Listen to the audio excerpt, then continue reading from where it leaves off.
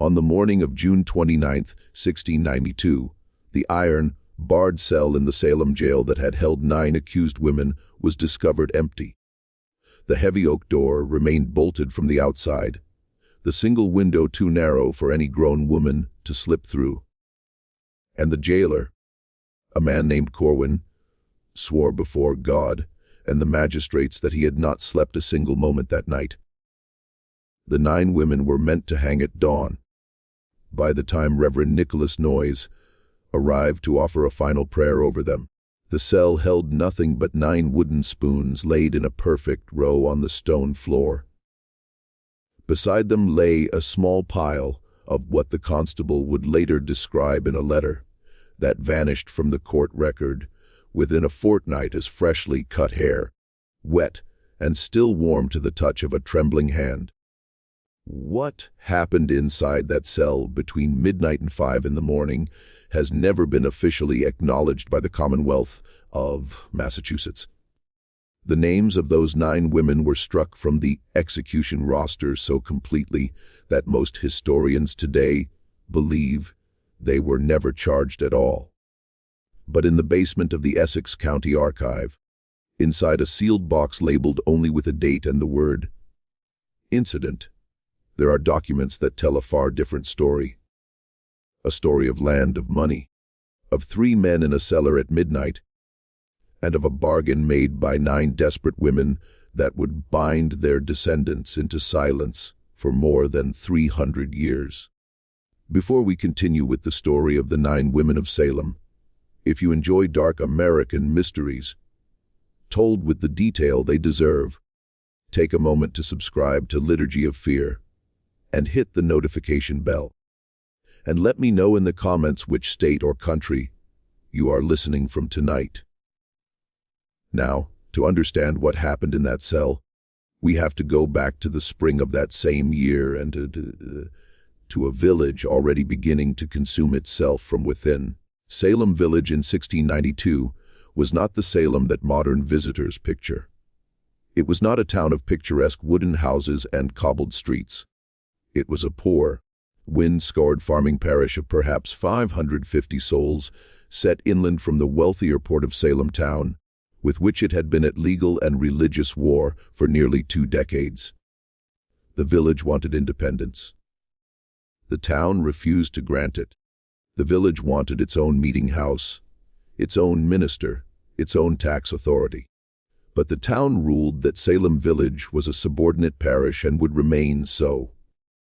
Out of that long, grinding resentment came 2 factions. On one side stood the Putnam family and their allies, farmers of the western uplands whose fortunes had been slowly declining for a generation as Atlantic trade made the eastern merchants rich. On the other side stood the Porter family and their allies, tied by marriage and business to Salem town, to the shipping trade, to the new economy rising out of Boston and Marblehead.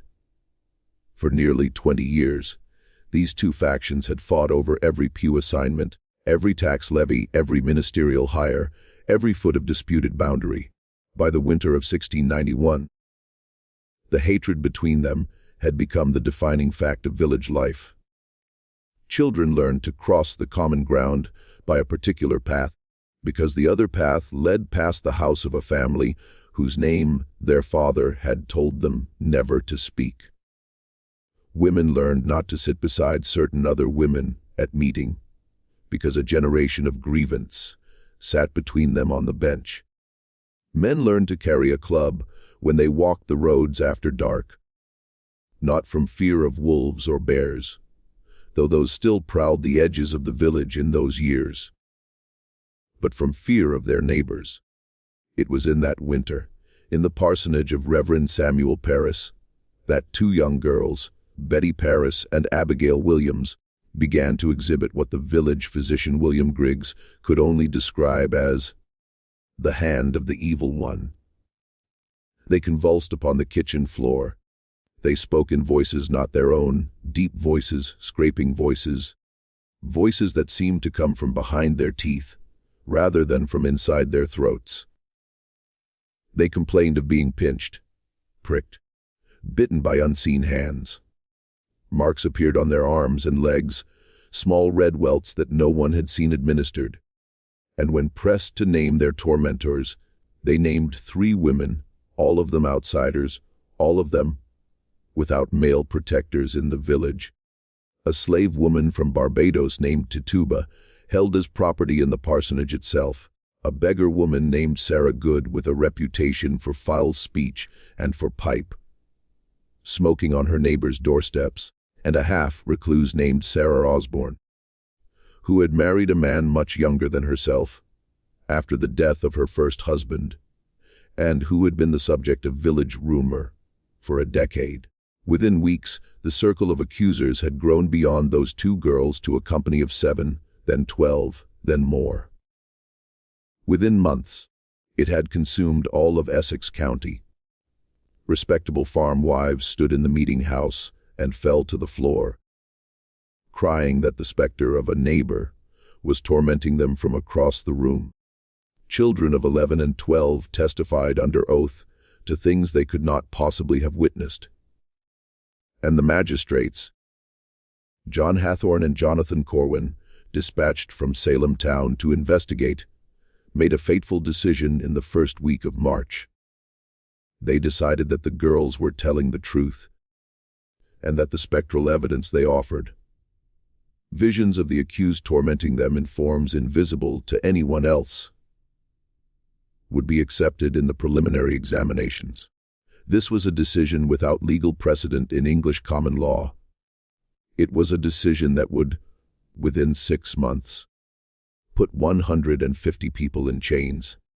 And it was a decision that, as certain men among the Putnam family quickly realized, could be steered. By the time the Special Court of Oyer and Terminer was convened in June of 1692, under the authority of the new royal governor, Sir William Phipps, more than 150 people had been accused, and the jails of Salem, Ipswich, Boston, and Cambridge were overflowing. The Salem jail itself was not a building designed for the purpose. It was a converted house on Prison Lane, a 2-story structure of rough, cut timber and fieldstone with a cellar that had been crudely reinforced with iron bars and a single oak door. The air in that cellar was said to be so foul in the summer months that the jailer's wife refused to bring the prisoners their meals, and sent instead a serving girl of 14, who covered her face with a vinegar-soaked rag each time she descended the steep wooden steps. The walls of the cellar ran with moisture even in dry weather. The floor was packed earth for the first 3 feet, and then stone, and the seam between the two was a breeding ground for rats, which no amount of poison or terrier work could fully control. Prisoners complained of being bitten in their sleep. Several of the older women developed sores that would not heal. The smell, according to a letter written that June by a visiting minister from Ipswich, was like nothing he had ever encountered in his life.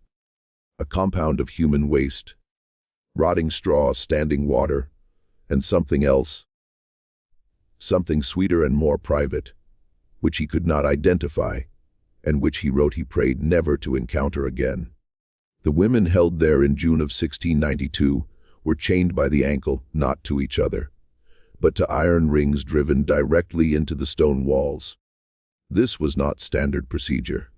It was done at the specific written order of Magistrate John Hathorne, who believed, and wrote openly in his letters to Cotton Mather in Boston, that witches could travel in spectral form through solid walls, if left unchained, and could afflict the godly, even from within their place of confinement. Hathorne further ordered that the prisoners be searched upon their entry into the cellar for what were called witch marks, meaning any unusual spot or protuberance on the body that might be used to nurse a familiar spirit. The searches were conducted by a party of respectable village matrons, and the reports, which are preserved in the Essex County Court files, make for some of the most disturbing reading to survive from that season. Women in their 50s and 60s were stripped naked and examined in every fold and crease of their bodies by women they had known for 30 years. Women who had stood at their weddings. Women who had helped them bury their children. The searches took on average 2 hours. The women who had been searched were returned to the cellar without their undergarments, which were retained as evidence. They sat on the stone floor in their torn shifts, some of them weeping, some of them praying, and some of them staring at the low ceiling in a silence that their fellow prisoners found more frightening than any tears. The 9 women in the cell on the night of June 28th were not, for the most part, the women whose names we remember today from the Salem trials. They were not Bridget Bishop, who had already been hanged on the 10th of June. The first of the condemned to die on Gallows Hill. They were not Rebecca Nurse or Sarah Good or Elizabeth Howe or Susanna Martin or Sarah Wilds, who would hang together in a mass execution on the morning of July 19th. Their bodies left to swing from the oaks on Gallows Hill for most of the day before being cut down and thrown into a shallow crevice in the rock that has ever since been known as the Witch's Hole. The 9 women in that cell on the night of June 28th were, according to the surviving jail ledger: Mary Osgood of Andover, aged 55, the wife of Captain John Osgood, a man of considerable standing in the militia; Hannah Carrier of Andover, aged 38, whose mother, Martha Carrier, would hang on August 19th, and whose own name would later be quietly struck from the records: Abigail Faulkner, the daughter of a minister, aged 33,